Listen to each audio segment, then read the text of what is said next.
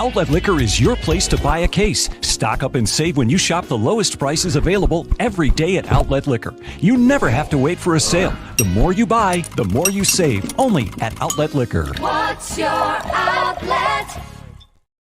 Folks, welcome to Trainwreck tonight, 322. It is Monday, December 18th. The Bills are on a heater coming off wins over the Chiefs and a historical win over the Dallas Cowboys, and they are back in the meat of the playoff picture. We have Matt Parrino, everything Bills, to talk that situation, to talk the reaction of the Cowboys win, and talk the 3 weeks ahead. And we will also check in, potentially, if we do have time, on our favorite Christmas movies. So with that said, let's go. Here to Trainwreck tonight, 322 on Instagram, Twitter, X, and YouTube. All I got to say is our intern is fired. I do not allow our intros to be hijacked like that, but let's get him in here. Matt Parrino, welcome to Trainwreck tonight, 322. Bro, first of all, I want to know how long whoever did that, it took them to put that together.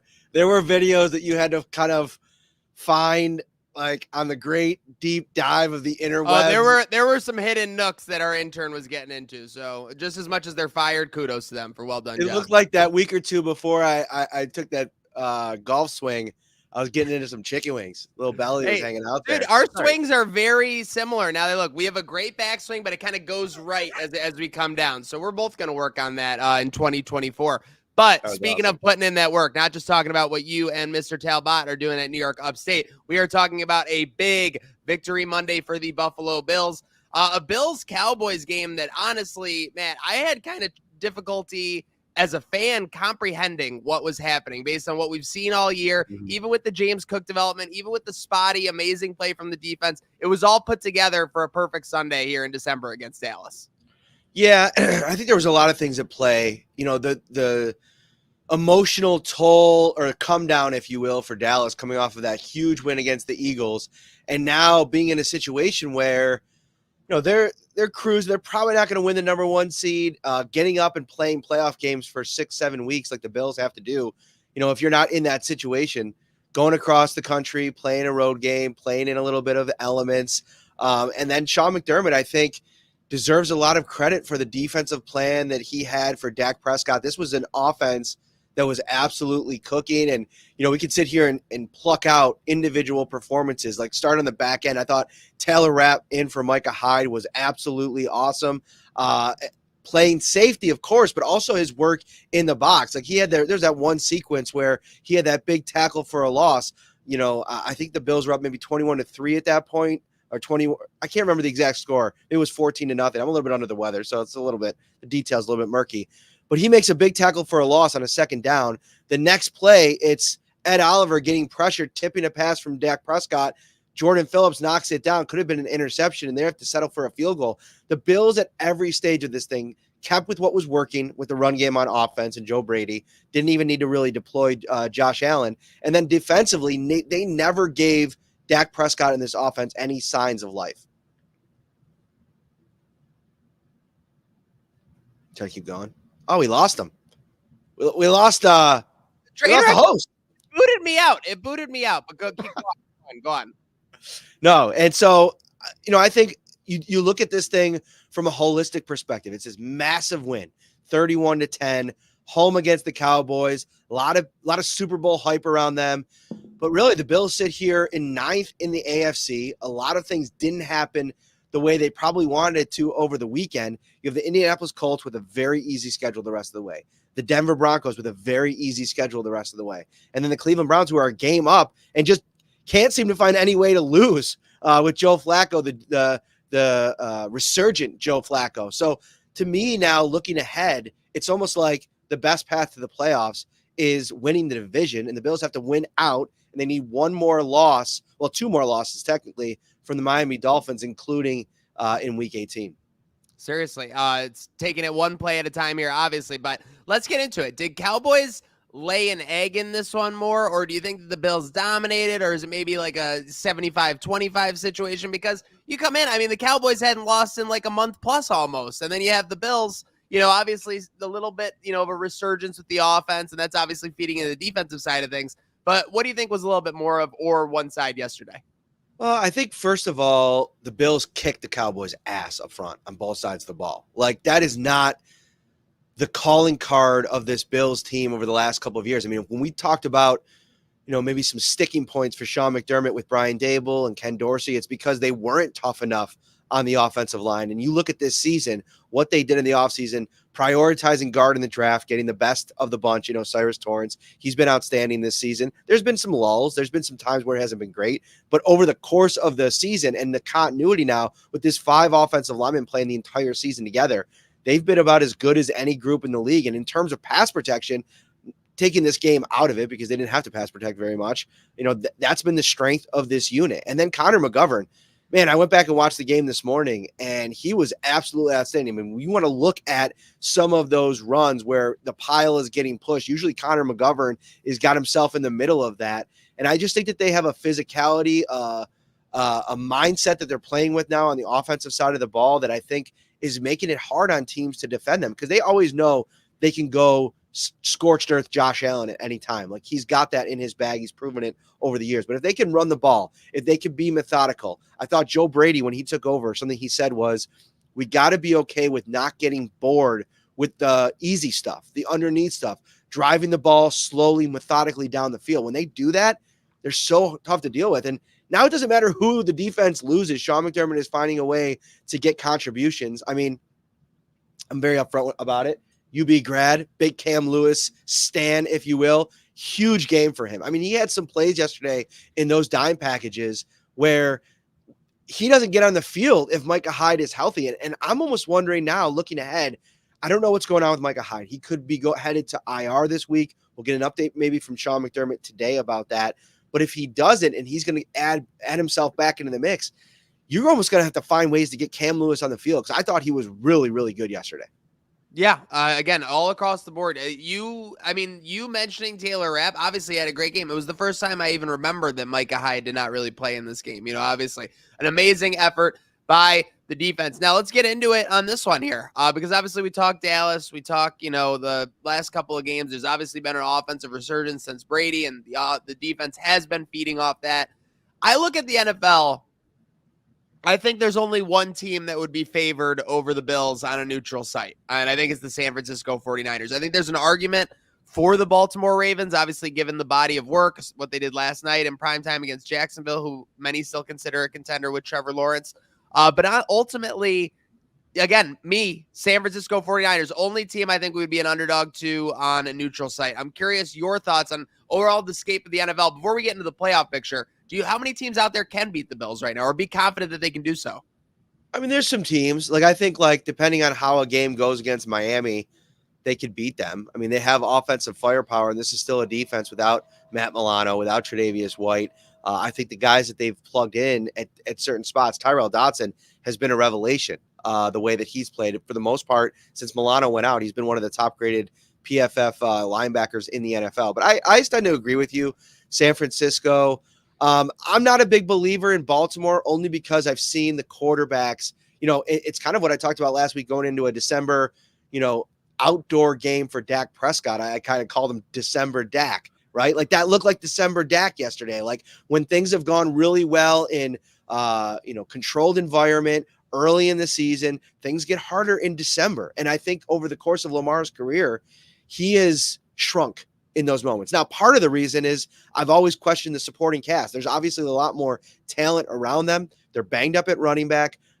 They rely on an older receiver in Odell Beckham Jr., who's got a history of getting hurt, and a young player in Zay Flowers. Their offensive line holds up, sure. But to your point, I still think the Chiefs, I'm throwing them in there. I thought there were some signs of life yesterday. I thought Patrick Mahomes, he's got a fire lit under him. They're going to be a hard out no matter what. So I don't know if they'd be favored over the Bills, but it would probably be a pick 'em on a neutral site. I think every time the Chiefs and the Bills play, it's going to be a great game. No doubt. Obviously, those are two Titans going to battle. I guess the thing I mean to say out of that is I don't fear anyone. A couple of weeks ago, I was nervous at the idea of playing like a Baltimore defense with an opportunistic like Lamar taking advantage, things like that. Just not seems to be the case anymore with this the offense still operating the way it is, and obviously what you're getting from the defense. Now let's wind things back a little bit here. Let's talk the Picasso's playoff push. We got it up here. So obviously it's elation for Bills Mafia. This was 11 days ago. They were looking at 14 to 15% to make the playoffs overall. Now at 72%, 2 wins and a little bit of help last week changed some things here. So we got 72%. Do you think that number's a little bit low given where their trajectory is? Because obviously there's a lot of math in here, projections, etc. But given your feeling for the pulse of the team, are any of these numbers low or any of them too high? Any thoughts on those where the math ends up? For me personally, I think the host the wild card should be higher. I just think that the challenging schedule for the Dolphins and again, their history and the fact that their immediate history, their regular season history, they've not beaten a team with a winning record since week 2 or week 4, whenever they played the Bills in 2022. So I just am not banking on them being able to close this season out with 3 straight wins. Or maybe they do win 2 in a row and they get to the week 18 and it's not for the division. They've already sewn it up, but I'll believe it when I see it. And plus they're going to be playing a pretty upset Dallas Cowboys team coming off of an embarrassing performance. I think the Cowboys are a little bit more built to deal with what Miami is good at than a rainy game on the road against the Bills and what they were able to do.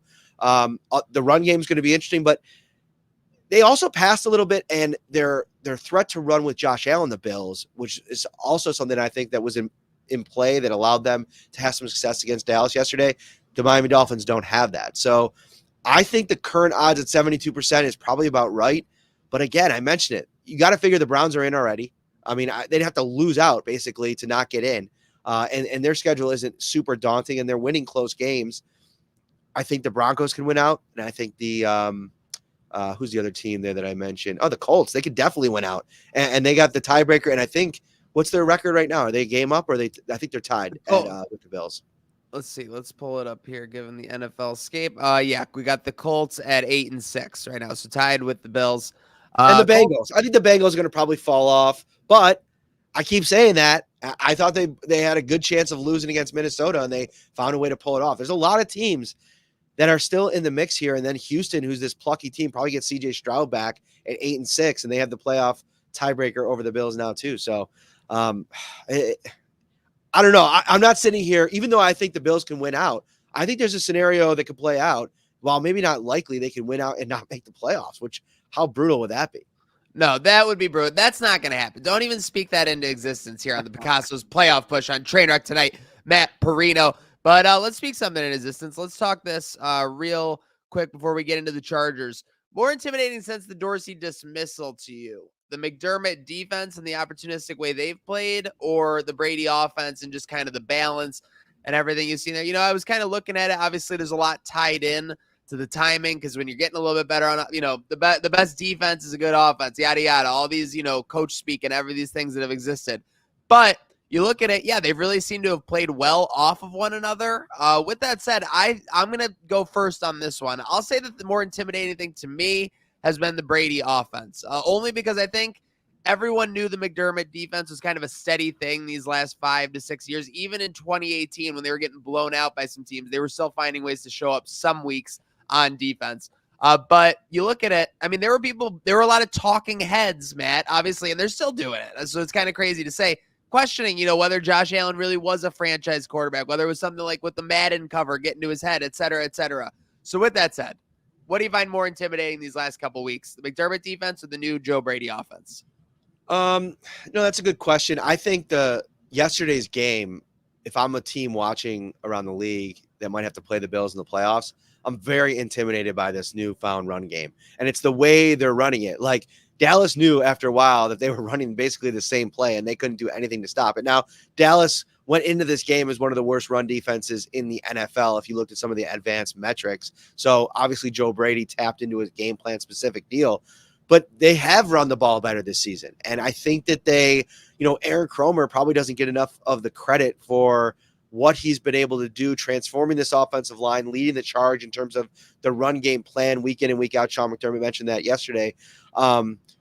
So I agree with you, but I will say that there is this element of it doesn't matter who the Bills lose on defense. They're down, what is it now, 6 starters? Like, if you look at yesterday's game from the beginning of the season, and it doesn't matter. They still find ways to get guys to play at a higher level, They play collectively really good. I feel like they what they do with their pass rush, getting pressure, and then on the back end holding up in coverage. That isn't probably been talked enough about, like how good the coverage has been on the back end against some of these elite quarterbacks the last couple of weeks.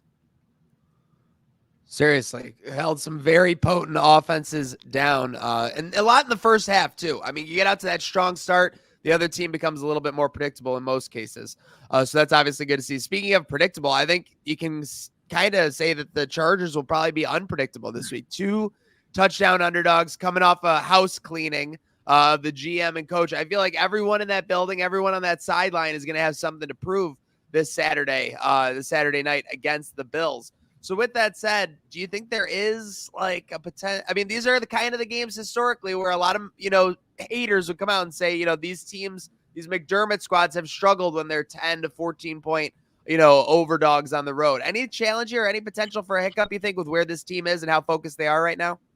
No, this is a team that without Justin Herbert, I just don't see a path. Easton Stick, who now has a game on film, is going to go against Sean McDermott, who I think, for all of his faults, you could say one of the things over the course of his career that he's been so great at is game planning and shutting down quarterbacks that I think are like in their first 8 starts of their career. The numbers are like really bad. Go back a couple of years when he faced Duck Hodges, the phenom in Pittsburgh, kind of halted that hype train pretty brutally. So I think with the way that this defense is playing, going on the road in a must-win game against the Chargers, I think that they're going to create some turnovers. I think the Bills' offense, like this defense, is in disarray. I mean, Brandon Staley was supposed to be this defensive mastermind, and he loses his job. So how does that group react? And I just think the Bills offensively have way too many ways to beat you at this stage for the Chargers to be able to hold up. But you're right. Anything can happen.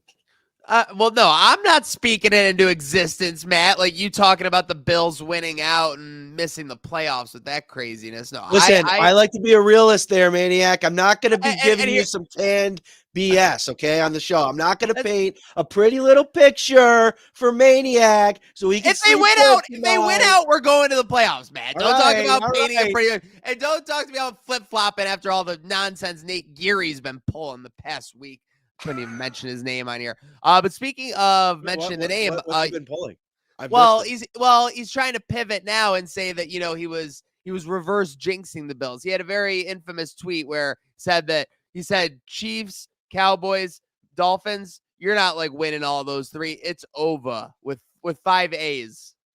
Oh, he hit him with the over. It's over. It's over. Ah, Nate, buddy. I mean, and we love him here. So, like, we hate to say it, but we also love holding people accountable. So it's it's blurred lines. Well, you can hold me accountable. I thought that as they were getting to on the heels of the Broncos game, I thought they might fire Joe Brady. Wow. Whoa. Wow. Bad take. Now, part of the reason for that, here's the thing. We didn't really know a lot about the relationship between Allen and Brady that was kept very like in-house, as opposed to Dorsey, who Brady was so close with. Brian Daboll talked about it for years. So that almost felt like the easy answer at offensive coordinator when Daboll left. I didn't really know much about Brady. And even, when you ask anybody in the locker room, people didn't talk about him. He was very tight with Josh Allen. And, since he's taken over, what we've seen is like, he has this ability to connect with people that I think is helping him a lot. The juice that he brings to practice, like if you've been out to a practice and I've seen you out of training camp, Ken Dorsey's a very like methodical, even keel. Like he gets fired up, of course. Like we've seen the clip of him in the press box, but like on the practice field, like you're not seeing a very demonstrative in your face style where that was Brian Daboll. And I think that's what this group kind of thrived off of. I think Brady brings a little bit more of that. I just didn't know enough about the dynamics, but it's obviously worked. Seriously, in more ways than one. Just real quick before we get on to another line of inquiry I have for you. Do you think 20 to 25 touches as a floor for Cook is like the new reality going forward this season? Or is it more still a little take what the defense gives you? Yeah, no. I'm never going to say that a running back is guaranteed 25 touches in this offense for this team, for this head coach. Like it's been too many head scratching, wanting to put your hair out kind of moments where they've not done that in the past, that, it's working right now, but what happens if it doesn't work for 2 drives in a row? Do they take the foot off the gas? Do they go in a different direction? Do they kind of, bang Latavius Murray into the back of the line like 6 or 7 times in a game? I'm glad that we didn't see a lot of that yesterday. I get the goal line looks, but I almost would rather them put Ty Johnson. And I think they're evolving into that. Like, I think Ty Johnson before long is going to be the goal line back too. He's just got more energy, some more juice. Like, he's got younger legs. He's quicker. He's in short area quickness. But yeah. It's just crazy. I will say, when James Cook is running in the Brady offense, there's a lot of space. Did not feel like in the James Cook runs in the Dorsey offense, there was as much space, so kudos to them for obviously, manipulating the personnel that way, whether it's the, what was Orlovsky calling it, the back hop, when he kept like going like behind Right. Allen, switching sides. Obviously, again, finding things that are going to be effective, taking what the defense gives you. And clearly there was some defensive cushion in that run game for James Cook and Ty Johnson yesterday. We got a couple minutes here till McDermott's press conference. I want the inside info. What are you going after? What topic? What are we going to be asking about? Ooh, I'm really interested in like, first of all, the dynamic of Joe Brady that has worked. Like, you mentioned it, like, a lot of things look different with Joe Brady from Sean's perspective. What are those things? Like, what's made this offense so dynamic? Even in the Chiefs game where they struggled at times, I think from a methodology perspective, it was working. Like, Josh Allen and this offense were kind of humming. They had a couple of mistakes, a couple things that kind of halted some drives. But really, if they would have scored 31 points in that Kansas City Chiefs game, we're talking about the Jets going over 30, the Eagles going over 30. They scored 20 on Kansas City. I think they could have scored 30, and now they go and they put 30 on the Dallas Cowboys. So it's like everything has worked in the switch from Ken Dorsey to Joe Brady. I want to dig into like why that's the case. Coach Joe seriously has the boys clicking. And speaking of clicking, obviously we know we have 1 week until Christmas. It's the holidays. So let's get into it real quick. Favorite Christmas movies. You don't have a lot of content that's undelved to yet on the internet, so I had to get to this when you said we hadn't done it. Let's go our 5 and 4, and then we'll kind of go 3, 2, 1 total. I'll kick it off here. Favorite Christmas movies. Number 5. This is a sleeper that's not going to be on a lot of people's list. Jack Frost. Great flick. Michael Keaton plays the dad. Fatal death in the beginning, becomes the snowman. Absolutely heartwarming story. Great movie and comedy. Has basically a little bit of everything. Great choice. Fourth movie, I'm going for straight Christmas Santa believe vibes. I'm going Polar Express. Pour me the hot chocolate, punch my golden ticket. I'm not going to have a hole in the bottom of my pocket. That's all I'm saying. So what do you got? I got Jack Frost and Polar Express at my 5-4. What do you got? I'm a little bit more cliche, I think, in a couple of these. That first one was off the grid, and it's a classic. If it's on TV, I watch it. Like, man, I'm kind of mad that I didn't put it on my top 5. Michael Keaton. Great performance. I love Michael Keaton. He's been in so many good movies. Multiplicity back in the day. You ever seen that? I've seen Multiplicity, but only clips. But yeah, I mean, who doesn't? Yeah, see, that's terrible. Go watch it. That's your homework. Number 5 for me. I'm going with Elf. Christmas classic. Can't go wrong with it. A lot of funny moments. Zoe Deschanel, very great performance. The dad, Will Ferrell. I mean, my kids are starting to really love it, so it's pumped back into the rotation. Big fan of Elf. Okay, that's 5. What do you got for 4? Christmas Vacation. I probably could have put this above a little bit higher, but actually, since I met my wife, I've grown to love it even more because it's like their family's like the pinnacle of their family watch list, if you will. And so I've seen it so many times. And now that I'm a dad and, we do all the Christmas stuff, going out and getting a Christmas tree, which we didn't do this year because it hasn't been snowing. I don't feel comfortable going out and getting a Christmas tree if it's not snowing and there's not snow on the ground. Is that weird? That's very fair. No, we need some Christmas. I was telling my girlfriend, we need the government to like orchestrate something like when they had Geostorm and can control the weather. We need spontaneous snow the 3 weeks up to Christmas. We need Christmas snow day of, and then we don't need any after. Truthfully, let's try and get that going. Number 3, it's a great pick for your number 4 because it's number 3 for me. Christmas Vacation. As great as Christmas is, as great as the holidays are, seeing the families, and at the end of the day, can get a little bit crazy. So I think that movie captures that perfectly. What do you got at number 3? Love Actually. It's a love story, obviously, but kind of a unique way they put it together. I first saw it like very early on when I was dating my wife, so we liked it. We watched it together, and it's kind of part of our like story, something that we think back on. We try to watch it every Christmas season, and it's just it's a real heartwarming, like tearjerker of a movie. A lot of great performances, a lot of great actors. So your 3, 4, 5 is Love Actually, Christmas Vacation, Elf. My 3, 4, 5 is Christmas Vacation, Polar Express, Jack Frost. I'm going to jump the gun here. I'm going to go to my number 1. It's Elf. It's criminally underranked on your list. This is the number 1 Christmas movie. This gets you believing. It's the funniest Christmas movie by far. It's not even a question. Christmas Vacation, with due respect to Christmas Vacation and some others, Elf is the number 1. And I'm going to slide in at number 2 here. No, it's not a Christmas Story. You're not going to shoot your eye out, kid. It is the Jim Carrey Grinch. It is straight goated. The fact that anybody cannot think that's a top 3 Christmas movie is crazy. My top 5, Elf, Jim Carrey Grinch, Christmas Vacation, Polar Express, Jack Frost. So what do you got for your top Those 2? are respectable. Listen, you brought facts and you brought some backup for why you made those picks, and I respect it. But I love Elf, and you're right. Maybe I could have inched criminally it up to 3. underranked by you. Yeah, maybe I could have got it up to 3. What the criminal part of this extravaganza is nothing else other than you not having Home Alone in your top 5. If I was producing this podcast right now, you would be kicked off the screen. Get out. Home Alone is the best Christmas movie that's ever been invented. It is number 1 with a bullet. Number 2, Die Hard. It is a Christmas movie. I will go to my grave saying that it's a Christmas movie. If Die Hard comes on in August, I'm turning the channel. If it's on in December, I'm all in. Every night, over and over again, replay it. I'm falling asleep to it. I'm watching snippets. Okay, John McClane walking through the big building with his bloody feet, glass Bloody everywhere. feet, glasses Give me it everywhere. Give it him all. Speaking of giving it all, thank you for giving it all. You're Matt Parrino here on Trainwreck Tonight 322. Make sure to go follow him, upstate New York. Make sure he's got to go talk to McDermott. We got to kick him out of here. It's a shame we got to kick him out of here because we really didn't get to talk any wrestling, which we know Matt loves. Thank you for following us. Make sure you're following him. Matt, go have a good rest of your day. And everyone out there, go have a good night now.